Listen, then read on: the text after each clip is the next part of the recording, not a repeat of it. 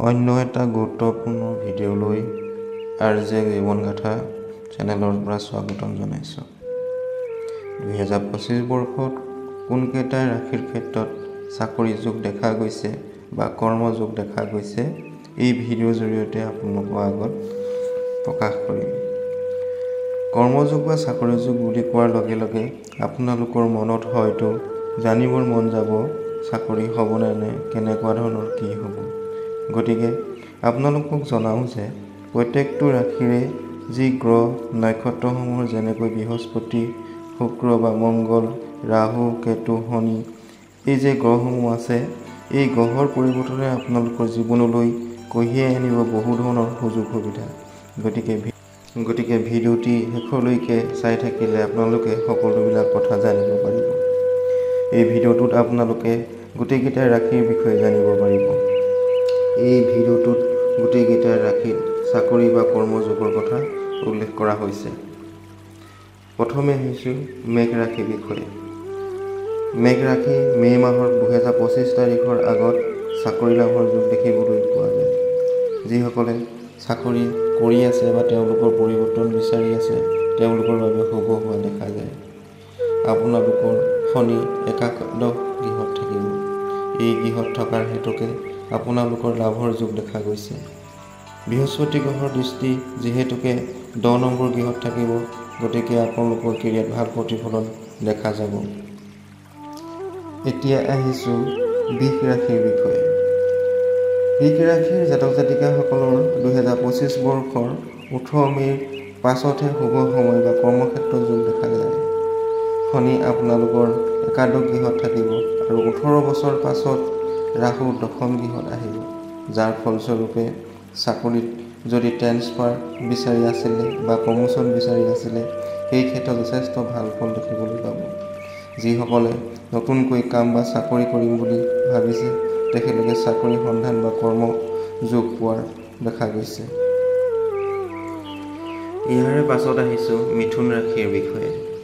এই ৰাশিৰ জাতক জাতিকাসকলৰ প্ৰথম গৃহত থাকিব শনি আৰু বৃহস্পতি থাকিব দশম গৃহত, যাৰ ফলস্বৰূপে আপোনালোকৰ দায়িত্ব বাঢ়িব পাৰে আৰু বহুতো কামৰ হেঁচা পৰিব পাৰে। আপোনালোকৰ নতুন কৰ্ম সৃষ্টি যোগো দেখা গৈছে আৰু এইসমূহ হ'ব আপোনালোকৰ 2025 বৰ্ষৰ 30 মাৰ্চৰ পাছৰ সময়খিনি। গতিকে আপোনালোকে 30 মাৰ্চৰ পাছৰ পৰা এনেধৰণৰ কৰ্মত মনোযোগ দিলে ভাল ফল দেখিবলৈ পাব। ইয়াৰ পাছত আহিছোঁ কৰ্কট ৰাশিৰ বিষয়ে। কৰ্কট ৰাশিৰ জাতক জাতিকাসকলৰ চাকৰি বা কৰ্মযোগ অলপমান কম দেখা পোৱা গৈছে, কিন্তু আপোনালোকৰ আগষ্ট, ছেপ্টেম্বৰ, অক্টোবৰ মাহত বহুত ভাল যোগ দেখা যায়। সূৰ্য আপোনালোকৰ গৃহৰ ওপৰেৰে পাৰ হৈ যাব, যাৰ প্ৰতিফলন হিচাপে প্ৰত্যেক গৃহতে অলপ ভাল ফল দেখিবলৈ পাব। সূৰ্যৰ প্ৰভাৱত আপোনালোকৰ উন্নতি যোগ দেখা গৈছে। ইয়াৰ পাছত আহিছোঁ সিংহ ৰাশি। সিংহ ৰাশিৰ জাতক জাতিকাসকলৰ বিশেষকৈ মাৰ্চ মাহৰ আগত আৰু জুলাই মাহৰ পাছত চাকৰি বা কৰ্মৰ যোগ দেখা যায়। আপোনালোকৰ বৃহস্পতি দশম গৃহত আৰু শনি সপ্তম গৃহত থাকিব। আপোনালোকৰ নতুন ব্যৱসায় ক্ষেত্ৰত ভাল প্ৰতিফলন লাভ কৰিব। ইয়াৰ পাছত আহিছোঁ কন্যা ৰাশি। কন্যা ৰাশিৰ জাতক জাতিকাসকলৰ 2025 বৰ্ষৰ 18 মে'ৰ পাছত ভাল যোগ দেখা গৈছে। আপোনালোকৰ ষষ্ঠ গৃহত 18 বছৰৰ পাছত ৰাহু প্ৰৱেশ ঘটিব। সপ্তম গৃহত শনি থাকিব। চাকৰি হোৱা সম্ভাৱনাৰ লগতে আপোনালোকে ঋণমুক্ত হোৱাও দেখা পোৱা গৈছে।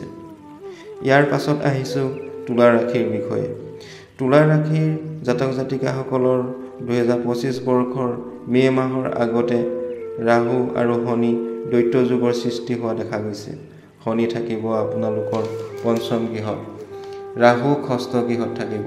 গতিকে মে' মাহৰ আগতেই আপোনালোকৰ নতুন কাম বা ব্যৱসায় আৰম্ভ কৰিব পাৰে, যাৰ ফলস্বৰূপে আপোনালোকৰ উন্নতি লাভ দেখা গৈছে।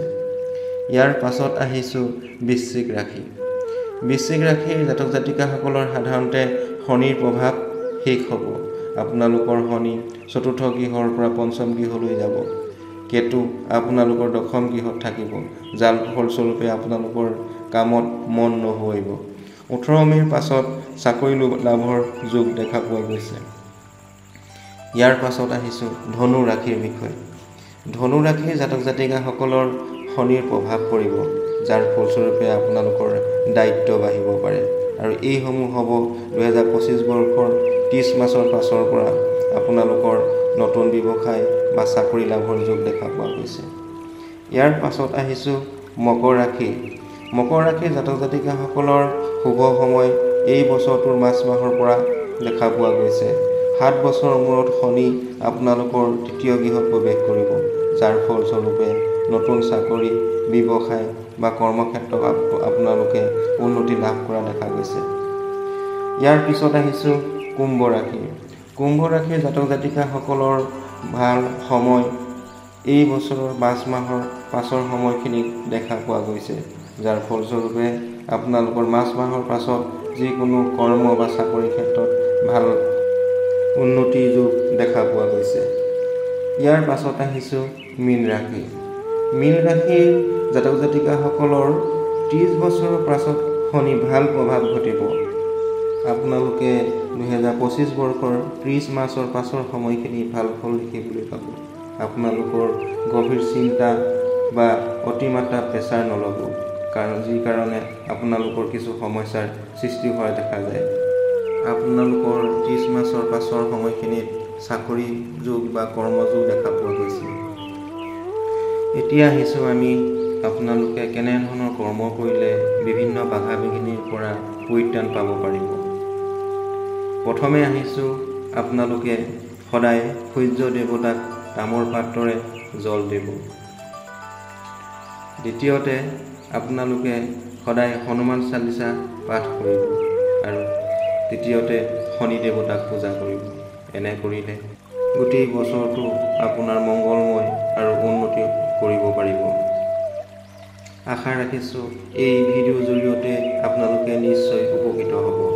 যদি এনেধৰণৰ ভিডিঅ' পাবৰ কাৰণে আপোনালোকে এই চেনেলটি লাইক আৰু শ্বেয়াৰ কৰিবলৈ নাপাহৰিব।